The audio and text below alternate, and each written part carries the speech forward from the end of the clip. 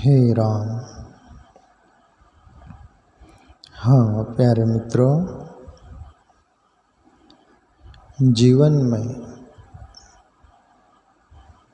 हमारा जीवन एक मानवतापूर्ण, किसी और का भी काम आता है ना, दूसरों का भी जीवन हमारे लिए काम आता है। ये एक प्रकृति का नियम है और ये बिल्कुल तथाता है। तुम जैसे किसी के बारे में जैसा सोचोगे वैसे ही सामने वाला सोचेगा।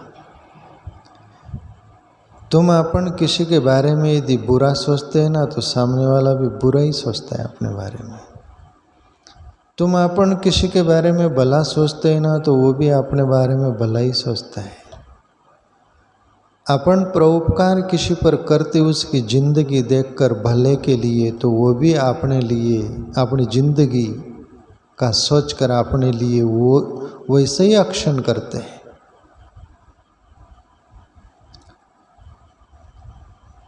देखो, एक कर्म से लेकर अंतःकरण की शुभ भावना से लेकर इफेक्ट गिरता है। अभी वो कैसे, एक मैं दृष्टांत छोटा सा लेना चाहूँ। एक कबूतर एक पेड़ पर बैठा हुआ है और वो पेड़ था, नदी किनारे ही पेड़ था। कबूतर बैठा हुआ है और नदी पानी बह रहा था। तो उस जल में चींटियाँ जो थी ना, चींटी, मूंगी कीड़ी जो आप बोलते हैं ना, चींटी, समझ रहे हैं ना, वो चींटी पानी में बहकर जा रही थी। थोड़ा बहाव था, वो बहुत कोशिश कर रही थी कि मैं किनारे लग जाऊं और बाहर चली जाऊं, नहीं तो इस पानी में मेरी मौत हो जाएगी। और ये कबूतर ऊपर से देख रहा होता है। कबूतर सोचता है आखिर आत्मा तो सब में है ना। कबूतर सोचता है कि ये चींटी के मैं कुछ न कुछ मदद करूं, किस अंदाज में करूं। और ईश्वर सब में बुद्धि दिया हुआ है और कुछ न कुछ तरीका सोच लेता है जीव। कबूतर ने सोचा कि मैं ये जो पेड़ है उसका एक पत्ता चोंच से तोड़ लेता हूँ और नीचे बराबर फेंक देता हूँ जहाँ पर चींटी वो कोशिश कर रही। और कबूतर ने वहीं पर वो पत्ता फेंक दिया और डूबती हुई को तिनके का सहारा जो बोलते हैं ना, कोई डूब रहा है तो ये घास का तिनका भी आ जाए तो उसको पकड़कर तैरना चाहता है। ऐसे ही चींटी को हुआ। चींटी उस पत्ते पर कोशिश करके आ गई है और फिर वो पानी का बहाव था, धीरे धीरे वो पत्ता किनारे लग गया। फिर आराम से चींटी बाहर आ गई है। अभी आपको समझ रहे हैं ना, कबूतर नेक का काम किया है ना, मानवतापूर्ण। पशु है, पक्षी है, फिर भी परोपकार किया ना चींटी पर, तो चींटी भी उसके लिए क्या की, ये भी समझने जैसा। उस पर से अपन सब मानव समझ सकते हैं। एक पशु पक्षी भी इतना परोपकार करके उसका भी परिणाम होता है। तो तुम अपन मनुष्य है, अपन यदि असल में सच में ऐसे किए तो क्यों ना होगा। तो हुआ ऐसा, एक बहेलिया यानी शिकारी कुछ शिकार के लिए आता है। तो ऊपर देखा, उस पेड़ के नीचे बैठ गया है वो, और कबूतर को पता नहीं है कि नीचे कोई बहेलिया शिकारी आया है मुझे मारने पकड़ने जैसे। ओ बैठा है, पर चींटी देख ली उस शिकारी को, बहेलिया को, और उसके पास बड़ा बांस था। बांस से उस कबूतर को बराबर निशाना लगाकर फांसना चाहता था वो, और वो सब कोशिश कर रहा है बहेलिया शिकारी जो था वो। चींटी देख ली।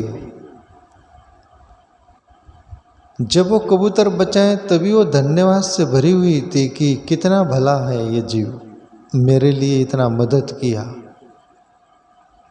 भलापन अंदर आ गया था, कबूतर ने जैसा भला सोचा वैसा एक चिट्ठी के अंदर, और हुआ ऐसा।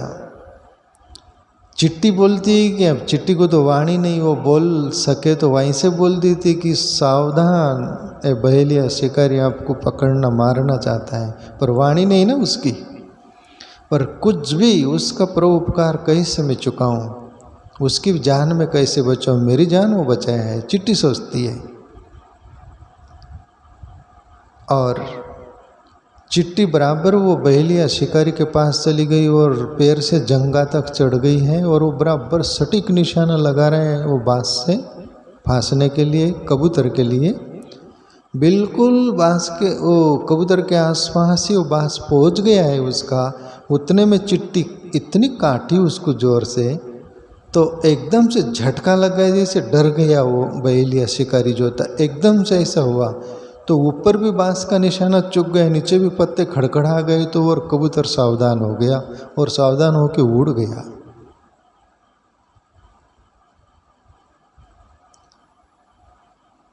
कबूतर ने चिट्ठी की जान बचाई तो चिट्ठी ने भी कबूतर की जान बचाई। यह पक्षी यह कर सकता है तो तुम अपन मनुष्य क्यों ना करें। एक दूसरों का भला चाहा, एक दूसरों का भला हुआ। अपन भी मनुष्य यदि ऐसा दूसरों के बारे में भला सोचे, भला करे, भले की भावना रखे, सब कोई इस अंदाज में हो, तो क्यों ना इस पृथ्वी पर जैसे स्वर्ग बोलते हो होगा, कहीं होगा, कैसा होगा अपन तो कहीं मालूम नहीं, सुनते हैं शास्त्रों में इसमें, पर यहीं अब स्वर्ग कैसा है क्या, पर यहीं स्वर्ग का तुमको आनंद आएगा। जैसे ये अपन दूसरों के बारे में बुरा सोचते, फिर वो भी कैसा बुरा सोचता है, ये भी समझने जैसा यहाँ पर मैं कभी पहले बोला हूँ एक बार। एक सेठ था, चंदन का व्यापारी था, चंदन बिकता था, और कहते हैं कि मंदी आ गई, आ जाती है ना, मंदी आ गई तो उसके चंदन के लकड़े बिकना कमज़ोर हो गए।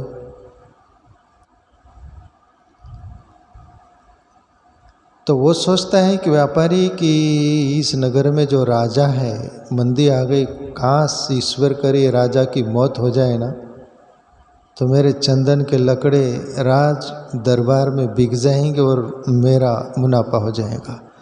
काश ईश्वर करे कि राजा की मौत हो जाए, ऐसा अशुभ भावना कर रहा है। और उधर राजा पर इफेक्ट गिरा। राजा महल में बैठा है, राजा के अंदर भी मीटर चला, काश ये सेठ चंदन का व्यापारी है और मेरा तो राज्य है, बहुत धन कौश सब कुछ है दुनिया भर का, फिर भी ये सेठ यदि मर गया ना तो इसका चंदन के लकड़े सब मेरे हो जाएंगे, तो मेरे राज्य में और बढ़ोतरी हो जाएगी। कहाँ से सेठ मर जाए।